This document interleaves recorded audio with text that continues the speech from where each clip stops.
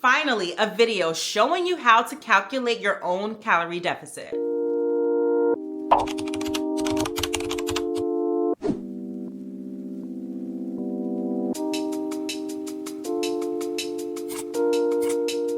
You are embarking on your weight loss journey, and people are quick to say, eat less, move more. But what does that actually look like when we're talking about numbers? And how can you calculate it on your own so that you know that you are truly in a calorie deficit? Weight loss is calories in versus calories out. So in today's video, let's finally figure that out. But first, if you've never seen my face before, hey girl, hey, my name is Janae and I make a lot of content focused on fitness, wellness, and self-development and helping you and I live our best healthy and active lives. So if that sounds like something you're into, go ahead and hit that subscribe button. Make sure you're following me on TikTok and Instagram. I post a lot of different content over there. Like this video if you are embarking on your weight loss journey, and comment down below and let me know, what trouble are you having when it comes to figuring out if you're in a calorie deficit, whether that's moving your body more or eating right or whatever? Let me know in the comments below. This is going to be a long video with a lot of information that you need to know. So there will be timestamps in the description box below for you and a couple of summaries. A lot of you have said that fitness influencers talk about calorie deficits without actually explaining what it is and how to calculate your own. So I wanted to make sure you had all of the information that you need to explain not only why and how to get in a calorie deficit, but how you can get your own numbers. So first and foremost, I always stress to you guys to go see your own doctor or registered dietitian for medical advice, because this is not that. But I do understand that sometimes we can't go see our doctors or we don't have access to a registered dietitian, yet you are trying to get right now. So let me help you out just a little bit. As someone who has been on a weight loss journey for 14 years, but I've only been successful the last 2 years, losing 125 pounds, I know exactly how it feels to not understand the numbers. So first things first, you're gonna wanna go to the TDEEcalculator.net. From there, you're gonna put in all of your information. I'm rounding my age up to 36 because I'll be 36 in 2 months. I'm putting in my weight. I normally round up or down. So if it is 167.5, then I would round up. If it's 167.4, then I would round down. I put in my height. We're gonna leave the activity alone for a second because I'm gonna show you the different settings of it. And then the same thing for the body fat percentage. It does say optional, but I put mine in because I get mine from my scale. Again, I round up or down depending on what that decimal point is. And then the TDEE calculator will show you what your maintenance calories are depending on your activity level. Now, going into activity level, this is how my stats will look like at a sedentary lifestyle. And now this is what it will look like at a light activity lifestyle. Now, this is how it looks like at a moderate activity lifestyle. Then we're gonna go into heavy lifting and then athlete. Now, sometimes this TDEE calculator can be a little confusing and misleading because when you're clicking the activity level, what it says on the website, it's basing it off of your exercise, but the actual calculator is basing it off your total movement for the day, including your exercise. And some things can throw off what your actual number is going to be. So let's talk about that for a second. So before we actually talk about the calorie deficit, let's talk about fitness, activity, moving our bodies, working out, etc. According to the Mayo Clinic, we should be getting 150 minutes of moderate exercise per week. And you can break this up into however you want it to look like. While for strength training, you should be exercising all of your major muscle groups at least 2 times per week. So as a general rule, aim for 30 minutes of moderate exercise every single day. But if you want to lose weight, you may have to up that just a little bit. So let's talk about this 10,000 steps per day phenomenon. Where did it actually come from? Well, it was a huge marketing scheme started at the 1964 Tokyo Olympics. And the Mayo Clinic doesn't actually prescribe any amount of steps that you should be walking per day. But on average, a person walks 3,000 to 4,000 steps per day, which is 1 to 2 miles. And we suffer from a major obesity problem here in America. So if we're only moving that little and we're eating this much and we have an obesity problem, then maybe we do need to up our steps per day. So now let's chat about what the TDEE is made out of. So there are 4 sections of the TDEE. You have the BMR, which is your basal metabolic rate. You have your NEAT, which is your non-exercise activity thermogenesis. You have your TEF, which is the thermic effect of food. And you have your EAT, which is your exercise activity thermogenesis. The BMR is part of the RE, which is your resting energy expenditure. And then the other 3 sections is part of your NREE, which is your non-resting energy expenditure. I know this is a lot of information, but I feel like the more you know and understand, the more it will make sense. So your BMR is the minimum amount of energy that is required for the body to maintain its basic functions. So that's breathing, circulation, cell growth. I like to think about this as if you were in a coma, these are the amount of calories your body is still going to burn, whether you're moving or not. Your NEAT is the energy or calories that you are burning. That is everything that's not the BMR or sleeping, but also not activity or exercise. So think of this as yard work, fidgeting, typing, moving about, like just the little things. That is your NEAT. That is what we need to actually increase daily. Your TEF is the energy or calories that you are burning to digest your food, absorb your food, and metabolize your food. So the more that you're eating, the more that you're burning, because the more that you're eating, the more that you're gonna end up burning because your body needs to break that food down, which is why it's not important to jump to an immediate severe calorie deficit, because that's less calories that you're gonna be taking in when you don't necessarily have to be in that severe of a deficit, which means your body is not burning as much because there's less food that you're taking in. You see how it's all gonna end up coming together, which is why I'm giving you all the tea. And then your EAT is your actual exercise. So as you can see, these are all broken down into different percentages. And the ones that you can really take advantage of is your NEAT and your TEF. Your BMR is what it is. Even with the exercise, you're still not gonna get a huge amount of benefit like you would for your NEAT and your TEF. So when it comes to weight loss, some estimates suggest that 80% is what you eat and 20% is your activity. So knowing this, we really do need to understand the numbers for our calorie deficit if eating is 80% of your weight loss. But a little caveat to eating, some of us really don't know what to eat when we're trying to lose weight and be in a calorie deficit, especially when you're dealing with hunger. Hunger is a major component of eating, and it triggers us in a way that we don't even realize. And when you're feeling hungry, it's kind of hard to fight against that. Like, trust me, I get it. After losing all of this weight, I still struggle with my hunger cues. Also, there's so much information out there, like what to eat, eating whole foods, eating less processed foods, like blah, blah, blah. It's a lot to take in. And if you're at the beginning stages of your journey, you're just trying to figure out how to eat in a calorie deficit and stay in a calorie deficit without your appetite revving up. So knowing that, I have come out with the ultimate grocery list for you guys. I always talk about smart swaps and things that I switch out in my pantry that makes weight loss and eat it in a calorie deficit, eating high protein, less fat, high fiber, low carb, so much easier for me so that I can stay in my deficit. And so with that being said, I do have a video coming out for you guys. It's going to be linked right here, but this is just a little sneak peek of it. It'll be out in 2 days if you're watching this today.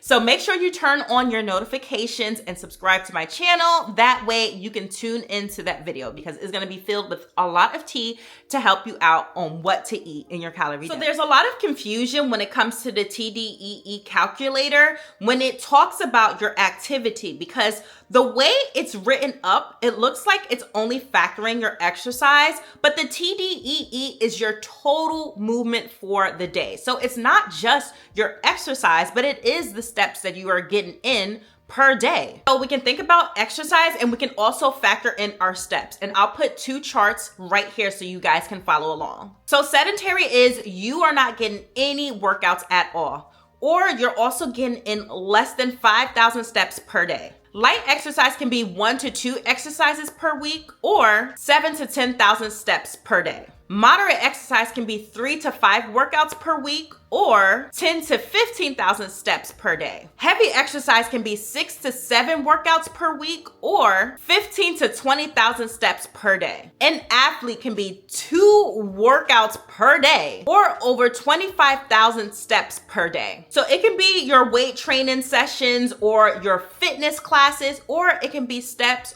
or it can be a combination of both. So let's talk about that for a second. A lot of people are like, well, I do weight train 3 to 5 times per week, so that would put me at moderate, right? Well, not necessarily. If you are working out 3 to 5 times per week, but you're coming home and you're doing absolutely nothing, barely getting 5,000 steps per day, then I would end up putting you at light exercise. You're not at moderate, but you're not at sedentary. So with the combination of your weight training plus your steps, you would fall in the middle, which would be light. For me, for example, I am a true moderate person. I weight train 5 times per week. I run 4 times per week, but I also get 10,000 steps in per day. Now, when it comes to running, hiking, walking, you can't really count that as an exercise, as a separate group, because that does factor into your steps. So just remember that when it comes to actual moving your feet, not necessarily cycling or rowing or, the elliptical, Stairmaster, stuff like that, I would still put that as exercise. But when it comes to running and walking and hiking, those are also adding to your steps. So you don't want to count your exercise twice. Does that make sense? If you weight train 6 to 7 times per week and you're getting about 7,000 steps in per day, well, then I would put you at moderate because your steps are still at a light part, but you're training at a heavy part. So then I would put you in the middle, which would be moderate. So take these things into consideration when you're filling out your own TDEE. Don't overestimate your activity level, because it's gonna give you a maintenance and you'll be eating at that maintenance or at that deficit and you're not losing weight and you don't understand why. It's probably because you've overestimated your activity. So if you have a fitness watch, I have a Garmin watch, some people have an Apple Watch, some people have a Fitbit. Look at your app and look at what your app is showing you on average, what it is that you're truly doing. How many steps per day are you truly getting in? How many workouts are you truly getting in and logging in? Be honest with your own self and don't overestimate. There is nothing wrong with starting at where you need to start at, according to your own data. You can always work your way up from there, which will change your TDEE in time. But don't start off like, I'm gonna shoot for this. I'm gonna do 10,000 steps and I'm gonna work out this amount. So I'll just go ahead and start eating at this number. Don't do that to yourself. Work your way up. There's nothing wrong with working your way up. So like I said, because I am a true moderate activity person and we're using my stats here, let me tell you what my maintenance is. My maintenance calories is 2,298. That is what it's going to take if I eat that amount to stay right at 167 pounds, give or take, because weight fluctuates. If I want to be in a calorie deficit, most people immediately shoot for 500 calories, and 500 calories should be the max. So where does this 500 calorie deficit come from? Well, to lose 1 pound of fat, you have to be in a deficit of 3,500 calories per week. So that's losing 1 pound per week, essentially. Now, if you look at your TDEE calculator, it's gonna tell you what your daily amount should be, but it's also gonna tell you what your weekly amount is gonna be. And calories is based off on an average, so you can focus on your weekly amount. Because again, to lose 1 pound of fat per week, it's 3,500 calories per week. If you divide 3,500 by 7 for 7 days in a week, you get what? 500 calories. That's where the 500 calorie deficit comes in. Now, for healthy and sustainable weight loss, it's recommended to lose 1 to 2 pounds per week. So that means in a deficit of 3,500 calories or 7,000 calories. Or if you look at that, 500 or 1,000 per day. That's a lot though. So back to my numbers, if I were to be in a 500 calorie deficit, that would mean I would have to shoot for 1,798 calories per day. That would be my max so that I can lose 1 pound of fat per week. Again, if you want to maintain your weight, you eat at your maintenance, or if you want to bulk and gain weight, well then it's the reverse. You eat 500 in a surplus in a healthy way. So as you can see, there is no reason for any of us to be jumping to a 1,200 calorie deficit. Now, this isn't for us weight loss surgery girlies. I had weight loss surgery. I understand that some of us can't eat a lot. And so you may be at 1,200 calories just because that is what the surgery did to you. However, I have a very healthy appetite. I can eat well above, close to 2,000 per day, just fine. So for the rest of us, you don't have to necessarily jump down to 1,200 calories. That is putting you at a severe deficit, and you don't have to do that to yourself. Because remember, when it comes to the TDEE in those 4 categories, TEF is the amount it takes to break down and digest that food. So if you're taking in 1,200 calories, then your body is burning less because you are taking in less and you're in a severe deficit. Or you can just eat at your 500 calorie deficit and be at 1798 like I am, for example, and your body is burning a little bit more because you're only at a 500 calorie deficit. You see where this is going and why you need to know all of the information.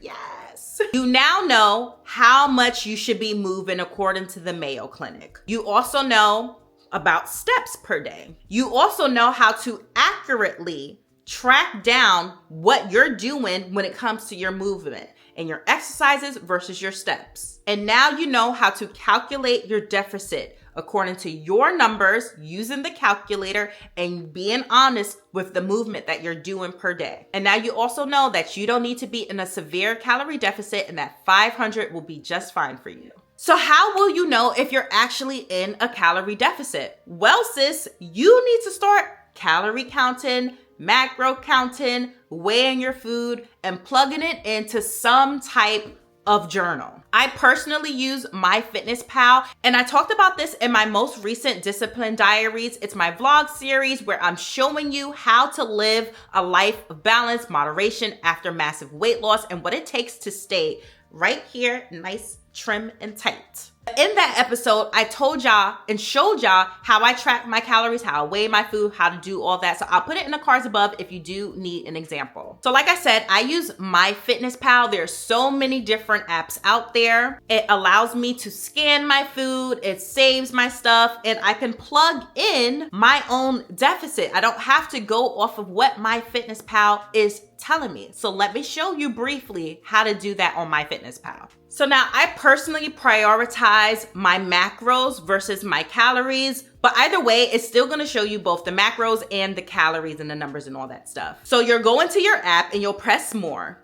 Once you press more, you'll go down to goals, and then you'll go down to calories, carbs, protein, and fats.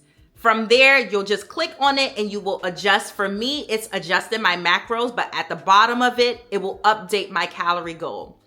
So however much your macros that you want it to be, however you want to break that down, you still want that calorie goal to match what your TDEE says at the end of it all. But it is not enough to scan your foods and throw it in your tracker if you're not weighing your foods. I use a food scale and I weigh everything on grams or milliliters. I literally weigh everything. Anything that I'm putting in my body, fruits, vegetables, condiments, because we get in trouble with those condiments and overestimating how much a drizzle is. I don't use spoons. I don't use the measuring cups. I don't use any of that stuff. I actually use the scale, the gram setting, or the milliliter setting. Anything that I put in my body that is a calorie, I track. And everything that isn't a calorie, I still track, because it's not just about your calories, your macros, which is your protein, fat, and carbs, but it's also about your micronutrients. Paying attention to things like your sodium intake. A lot of things is high in sodium. You're sitting there and you're wondering why you're so bloated and that you look so puffy. It's probably because you have a high sodium intake, and that's why your blood pressure is up, sis. We tend to overestimate our workouts and the calories we're burning, and we underestimate how much we're actually eating. So the bulletproof plan is to pay attention to what your fitness watch is saying as far as how much steps you are getting in and what activity you are logging into, whatever app you're using, and then actually measuring out your food and putting it in your tracker. Those will be the two ways showing you how much you are burning, which is calories out, and how much you are intaking, which is calories in, because at the end of the day, weight loss is calories in versus calories out. I've been using the Renpho food scale that I bought off of Amazon for years now. I also have their weight scale, and I also have their measuring tape. I'll link them all down in the description box below. What I like about the Renpho technology is that it syncs to my FitnessPal. Along with my Garmin watch and my activity, it also syncs to my FitnessPal. So it does the work for me. I get on the scale every day because it's not a trigger for me anymore. And so I weigh myself every day. It tracks my steps. My Garmin watch does not die. It dies every 10 days if I don't charge it. So it's getting in every single step I'm doing. It's logging all of my activity that I'm plugging into the app. My scale is plugging everything that I'm weighing, my inches when I'm doing my inches, and then I'm logging in my food that I'm weighing on my scale. And then that way at the end of the week, I can see what the average is, what my average is on my fitness, what the average is with my weight, and I can see the trend starting to go down or go up or stay the same. And that is when I will adjust from there. Don't get hyper fixated on the day-to-day fluctuations of the scale. Don't do that to yourself. There are several ways to track your weight loss. And I've talked about this in my most recent weight loss update weigh-in. I'll link it in the cards above. I personally love to use the Dexa Scan by Body Spec. I do have a discount code with them. It's Janae10 for $10 off of your scans. But it shows me my lean mass versus my body fat versus my skeletal muscle. You can do before and after pictures, get your inches, pay attention to the scale, your clothing sizes, and also your non-scale victories. Those are just a few ways on how you can track your weight loss progress. Okay, let's chat about macros. So your macros are your protein, your carbs, and your fat. And each of these have a calorie number. For both protein and carbs, 4 calories is 1 gram. 1 gram of protein is 4 calories. 1 gram of carbs is 4 calories. Fat, 1 gram of fat is 9 calories. Fat is super dense and high in calories. And alcohol is 7 calories for 1 gram. So if you're stalling out on your weight loss journey, but you're at the bar every weekend, you might want to cut out that alcohol for a bit because you're getting in extra calories, sis. Now, you can make this super complex, and I can do a separate video specifically talking on macros if you guys want, so let me know in the comments below. But for just a basic summary, there are different subcategories when it comes to fat and when it comes to carbs that you may want to consider. So for fat, you do have your saturated fat that you want to keep as low as possible. For me, that's something that I focus on, being that I do still have high cholesterol, and at one point I did have high blood pressure. So I'm definitely concerned about my overall cardiovascular and health of my heart.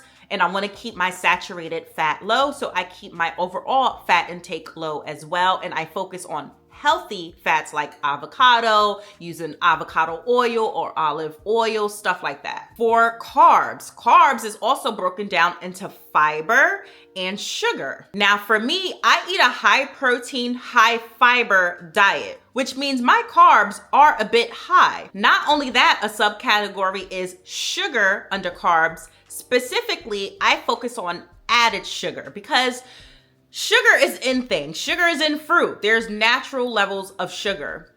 But I make sure that my added sugar is low. But for now, we're just gonna focus on carbs, fat, protein. Now, when it comes to macros, and I hate discussing macro breakdowns and the calculations because people get so butthurt about it. So I'm just going to tell you how I do mine. You can do however, what you want to do, whatever diet you follow, whatever works for you. I'm just going to tell you mine. Like I said, I eat a high protein, high fiber diet, and I also make sure my fats are on the lower side. So for my protein, I just straight up put my goal weight, which is 150 pounds. So I shoot for 150 grams of protein per day. Eating that higher protein also keeps me satiated. Like I said, I also weight train 5 times per week, so that will help with my muscle growth. So when it comes to my fat, according to the dietary guidelines for Americans, we should be intaking anywhere between 20 to 35% of fat, while your saturated fat shouldn't be no more than 10%. So I personally shoot for 30%. So 30% for the calories that I'm at right now, which is 1977, will give me about 65 grams of fat. And then out of that fat, only 21 grams is dedicated to saturated fat because I stay at that 10% recommendation. So now I have my protein, I have my fat, and the rest of my calories is for my carbs. Some small micronutrients that I also pay attention to that you can adjust on MyFitnessPal is my cholesterol. So I try to stay at 300 milligrams of cholesterol. My sodium, I keep that at 2,300 milligrams. I specifically want to talk about fiber because fiber is a subcategory of carbs. And I personally try to get 25 grams of fiber per day. An adult women should get anywhere between 22 and 28 grams of fiber per day. And men should be 28 to 34 grams of fiber per day. And we are not hitting that. So at bare minimum, I try to get 25 grams of fiber per day. Eating a high fiber diet also helps keep me satiated throughout the day. So that fiber protein combination is a game changer